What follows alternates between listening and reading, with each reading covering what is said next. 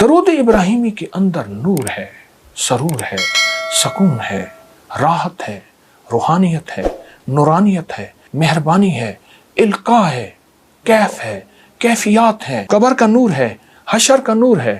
عجیب بات بتاؤ، ہمیں قبر میں جب بندہ جائے گا تو سارے چھوڑ جائیں گے، بھائی نہ تو کام آئے گا نہ کوئی فرزند، عرصہ نہیں کھل جائے گا جب آنکھ ہوئی بند، وہ کام کرو جس سے خدا ہوئے رضامند، ہوشیار کے ہونا ہے تمہیں خاک کا پیوند، یوم یفر المرء من اخی و امہ و ابی و صاحبتہ و بنی، کوئی کام نہیں آئے گا۔ قبر میں رکھ کے اس کو سارے چھوڑ کے چلے جائیں گے، ایک حسین جوان اس کے سرہانے آ کے بیٹھے گا، اور نکیرین کے سوال و جواب، اور ہر لمحے میں اس کا ساتھ، اندھیروں میں روشنی، بھوک میں کھانے، قبر کے بچھونے، سب کا انتظام۔ کہ تو کون ہے؟ سارے مجھے چھوڑ گئے۔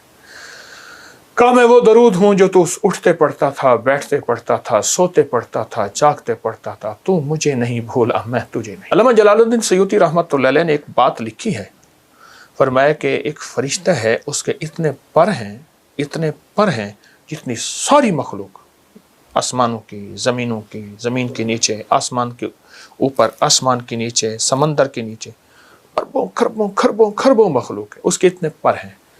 جب فرمایا بندہ درود پڑھتا ہے تو درود جب ختم کرتا ہے تو وہ ایک نور کا سمندر ہے جو اتنا بڑا ہے کہ دنیا کے سارے سمندر قطرہ اللہ کے علم میں ہے، اس سمندر میں ڈبکی لگاتا ہے۔ جب باہر نکلتا ہے تو پروں کو جھاڑتا ہے، ہر پر سے قطرے گرتے ہیں، ہر قطرے سے فرشتہ بنتا ہے، اور ہر فرشتہ قیامت تک اس کی طرف سے درود پڑھتا رہے گا۔ یہ میرے کملی والے کے احسانات ہیں۔ اس لیے میرے شیخ فرماتے تھے درود پاک پڑھتے ہوئے میرے آقا کے احسانات کا استحضار ہو کے خیال، اماں کا احسان، باپ کا، معاشرے کا، محسن کا، لیکن جو کملی والے کا احسان ہے وہ کسی کا نہیں ہے۔ احسانات کا تصور کر کے درود کی ایک تسبیح پڑھیں، اس کی طاقت اور ہے۔ انسان نا اگر اپنے دل کو روشن کرنا چاہتا ہے، دل کو زندہ کرنا چاہتا ہے، دل کی دنیا آباد کرنا چاہتا ہے، دل کو دنیا شاد کرنا چاہتا ہے، صبح شام ایک تسبیح وقت نکال لے درود پاک کے لیے، ضروری وقت نکال لے، اور درود پاک کو توجہ سے پڑھے، مختصر درود پڑھ لے۔ چلو سب سے مختصر درود ہے صلی اللہ علیہ وسلم، سب سے مختصر درود ہے صلی علی محمد۔ کوئی درود پاک مختصر کر لے۔ میں ایک عمل بتاتا ہوں آپ کو، وہ کہ بعض اوقات نا انسان کی کچھ خطائیں ایسی ہوتی ہیں جن کی وجہ سے اس کی عبادتیں اس کے منہ پہ مار دی جاتی ہیں۔ ایک درویش تھے، وہ اپنی ہر نماز کے بعد، اپنی ہر عبادت کے بعد منہ پہ ہاتھ رکھ لیتے تھے۔ حضرت کیوں؟ پر میں میری سب کچھ کہیں میرے منہ پہ نہ۔ لیکن عجیب بات بتاؤں، درود پاک کوئی بندہ دکھاوے، ریاکاری، بناوٹ، سجاوٹ، دھوکے کے لیے پڑھے، اللہ کہتا ہے میں پھر بھی قبول۔ ہر عبادت کے لیے اخلاص ضروری ہے، اخلاص، مخلص ہونا۔ درود واحد ہے، اگر کوئی دکھاوے کے لیے پڑھے، جبکہ مومن دکھاوے کے لیے پڑھ ہی نہیں سکتا، مومن تو اللہ کی رضا کے لیے پڑھتا ہے، فرمایا درود پھر بھی قبول ہے۔ اور یہ جو نماز کی اتحیات میں نا، یہ جو اللہ نے درود رکھا ہے نا، ساری عبادات کے بعد اتحیات ہے، لیکن اتحیات سے پہلے آپ یہ دیکھیں، آپ ذرا غور کیجئے گا، اتحیات للہ والصلوات والطیبات، بس یہاں تک رک جائیں۔ جب میرے آقا معراج پہ تشریف لے گئے تو اللہ پاک نے فرمایا میرے حبیب کیا لائے؟ تو حضور نے فرمایا میں آپ کے لیے اللہ التحیات للہ والصلوات والطیبات۔ تو اللہ پاک نے اس کا جواب دیا السلام علیکم ایھا النبی ورحمۃ اللہ وبرکاتہ۔ اگلا بھی عجیب سوال جواب دیا، اللہ پاک نے عجیب عطا فرمائی، کیا؟ قیامت تک کے لیے آپ جیسے مجھ جیسے ضعیفوں اور کمزوروں کے لیے بھی اللہ نے ایک عطا کر دی، السلام علینا وعلی عباد اللہ الصالحین۔ اے میرے حبیب آپ جب جائیں گے نا، آپ کی غلامی کرنے والوں کے لیے بھی میرے سلام ہے۔ آپ غور کریں۔ اچھا اب اس کے بعد اگلی کہانی اور سچی کہانی، التحیات للہ والصلوات والطیبات والسلام علیک ایھا النبی ورحمۃ اللہ وبرکاتہ والسلام علینا وعلی عباد اللہ الصالحین۔ ٹھیک، اس کے بعد اشہد اللہ پڑھ کے سارا کچھ پڑھنے کے بعد پھر آپ درود، اور درود آخر میں پڑھتے ہیں۔ یہ اس بات کی بنیاد ہے کہ ساری عبادتوں پہ قبولیت کی مہر، اور وہ میرے آقا کملی والی کی نسبت کے بغیر نہیں لگ، نسبت مصطفیٰ، چوکٹ مصطفیٰ کے بغیر نہیں لگ سکتا۔ حج روپے کا ہو جائے یا 100 روپے کا ہو جائے، عمرہ 5 روپے کا ہو جائے یا 5000 کا ہو جائے، ایک دعا ہے، چند بار پڑھ لیں، بار بار پڑھ لیں، کسی لمحے پڑھ لیں۔ اور دعا کیا ہے؟ ایک اس دعا کے اندر منت ہے، اور دوسرا اپنا چھوٹا پن ظاہر کرنا ہے، تواضع ظاہر کرنا ہے۔ جو شخص یہ دعا پڑھے گا، فرمایا وہ نعمت جس کے لیے پڑھے گا اللہ اس سے بھی نہیں چھینے گا، اگر زیادہ پڑھے گا اللہ اس کی نسلوں سے بھی نہیں چھینے گا۔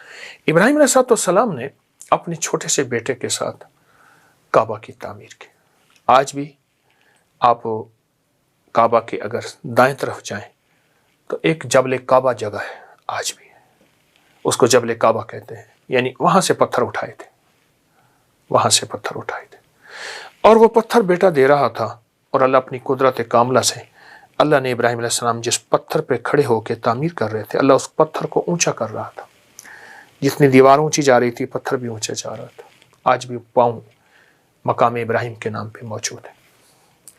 بڑی مشقت سے کعبہ بنایا، پانی نہیں، مشینیں نہیں، کچھ بھی نہیں، کعبہ کی تعمیر کی اللہ کے امر سے۔ جب یہ تعمیر کر لی نا تو تعمیر کرنے کے بعد ایک دعا مانگی تھی، آج وہی دعا ہے جس کی بدولت دنیا کھچی کھچی، حج روپے کا ہو جائے یا 100 روپے کا ہو جائے، عمرہ 5 روپے کا ہو جائے یا 5000 کا ہو جائے، دنیا کھچی کھچی وہاں جا رہی ہے اور قیامت تک جائے گی۔ وہ ایک دعا ہے، وہ ایک دعا ہے۔ روزے کے ساتھ اس دعا کو اپنی زندگی کا ساتھی بنائیں، چند بار پڑھ لیں، بار بار پڑھ لیں، کسی لمحے پڑھ لیں، کسی وقت پڑھ لیں اس دعا کو۔ اور دعا کیا ہے؟ ربنا تقبل منا انک انت السمیع العلیم، یہ دعا ہے، ربنا تقبل منا انک انت السمیع۔ اس دعا میں دو چیزیں ہیں، میں جو تفسیر کی رو سے یہ بات روایت سے اور اس کی احتیاط سے بتا رہا ہوں۔ ایک اس دعا کے اندر منت ہے، منت ہے، اور دوسرا اپنا چھوٹا پن ظاہر کرنا ہے، تواضع ظاہر کرنا ہے۔ انسان کوئی بڑی چیز ہو تو اس کو اس انداز سے بتاتا ہے، اور کوئی چھوٹی چیز ہو کہ یہ میری معمولی سی دال ساگ قبول کریں، دال دلیا قبول کریں، اور اگر بڑی ڈشیں ہوں جی میرا کھانا قبول فرمائیں۔ اس میں منت ہے، ربنا تقبل منا، تیری مہربانی، ربنا تقبل منا انک انت السمیع العلیم۔ کمال چیز، کمال چیز۔ یہاں تک ہے اس دعا کے بارے میں اور میرے تجربات میں مسلسل ہے، جو شخص یہ دعا پڑھے گا ربنا تقبل منا انک انت السمیع العلیم، فرمایا وہ نعمت جس کے لیے پڑھے گا اللہ اس سے بھی نہیں چھینے گا، اگر زیادہ پڑھے گا اللہ اس کی نسلوں سے بھی نہیں چھینے گا۔ وہ نعمت کوئی بھی ہے، روزہ نعمت ہے، پھر روزہ نعمت مل گئی، پھر اس کی قبولیت کا فکر، یہ نعمت ہے کہ اس کا فکر، اس کے اندر فکر آ گئی کہ اللہ آپ قبول کر دے، ایسا نہ میرے منہ پہ نہ مار دیا جائے۔ یہ دعا پڑھنا، یہ قرآن پاک کی آیت ہے جو میں نے آپ کو بتائی ہے، اس دعا کو پڑھنا۔ افغانستان کا ایک بادشاہ گزرا ہے، مختصر بات بتاؤں گا۔ تو اس سے کسی نے پوچھا کہ آپ کے پاس اتنی نعمتیں، اتنی سعادتیں، اتنا سب کچھ کس لیے ہے؟ پر میں جب بھی کوئی چھوٹی سی چھوٹی نعمت بھی مجھے ملی ہے تو میں نے یہ دعا پڑھی ہے 3 بار، ربنا تقبل منا انک انت السمیع العلیم، ربنا تقبل۔ اس دعا کو پڑھا، کہا اللہ پاک کا نظام ہے، پھر اللہ نے مجھے جب لوٹایا ہے تو اس سے بڑی نعمت کر کے لوٹایا ہے، بڑی سعادت کر کے لوٹایا ہے، اور اس سے بڑی نعمتیں اور سعادتیں مجھے اللہ نے پھر عطا کی ہیں اس دعا کی برکت سے۔ یہ دعا اصل میں اس کی بارگاہ میں عمل کو قبول کراتی ہے، اگر نعمت ہے تو اس کو قبول کراتی ہے، اور دعا ہے اس کو قبول کراتی ہے، اس کریم کی عطا ہے اس کو قبول کراتی ہے۔ یہ دعا بہت طاقتور دعا ہے، نسلوں تک یہ سعادتیں، یہ نعمتیں، یہ عطائیں چلتی رہیں گی اس دعا کی برکت سے۔ تو اس لیے قبولیت کا فکر بہت ضروری ہے، اور اس قبولیت کے لیے یہ دعا وہ ہے جو اللہ کی بارگاہ میں قبول ہو چکی ہے، بس ہم نے اپنے لیے پڑھنی ہے، اور انشاءاللہ اللہ ہماری یہ عبادت بھی، ہماری یہ سعادت بھی قبول کرے گا۔ تو آئیں میرے ساتھ سارے پڑھیں، ربنا تقبل منا انک انت السمیع العلیم، ربنا تقبل منا انک انت السمیع العلیم، ربنا تقبل منا انک انت